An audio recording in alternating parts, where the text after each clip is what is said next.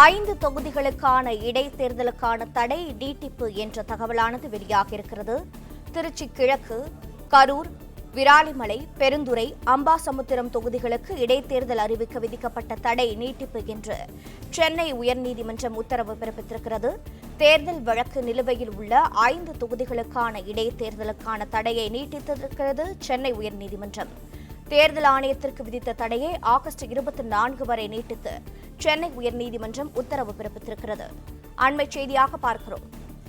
விவரங்களோடு இணைப்பில் இருக்கிறார் செய்தியாளர் ஆனந்த். ஆனந்த், வணக்கம். சென்னை உயர்நீதிமன்ற உத்தரவில் இருக்கக்கூடிய தகவல்களை வழங்கலாம். வணக்கம்.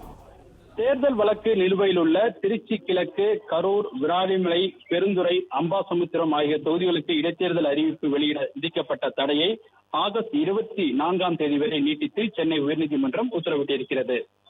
நடைபெற்று முடிந்த சட்டமன்ற தேர்தலில் 2 தொகுதிகளில் போட்டியிட்ட முதலமைச்சர் விஜய் திருச்சி கிழக்கு தொகுதியை ராஜினாமா செய்தார். அதேபோல் கரூர் தொகுதியில் எம்எல்ஏவாக விஜயபாஸ்கர், விராலிமலை தொகுதியில் எம்எல்ஏவான சி விஜயபாஸ்கர், பெருந்துறை எம்எல்ஏவான ஜெயக்குமார், அம்பாசமுத்திரம் எம்எல்ஏவான இசைக்கு சுப்பையா ஆகியோர் தங்களது பதவிகளை ராஜினாமா செய்தனர்.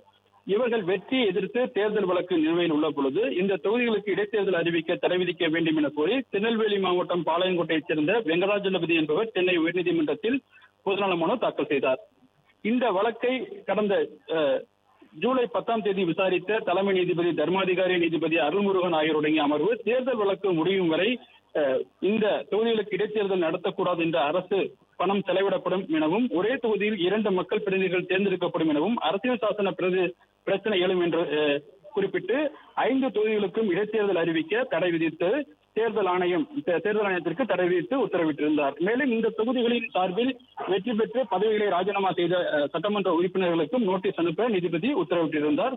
இந்த நிலையில் இந்த வழக்குகள் அனைத்தும் இன்று தலைமை நீதிபதி தர்மாதிகாரி நீதிபதி அருள்முருகன் ஆகியோருடைய அமர்வில் விசாரணைக்கு பட்டியலிடப்பட்டிருந்தது.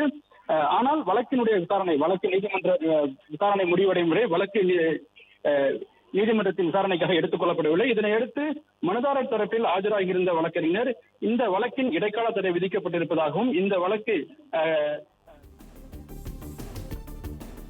பிளே ஸ்டோர் மற்றும் ஆப் ஸ்டோரில் இருந்து பாலிமர் செயலியை QR கோடு மூலம் பதிவிறக்கம் செய்யுங்கள். செய்திகளை உடனுக்குடன் பெறுங்கள்.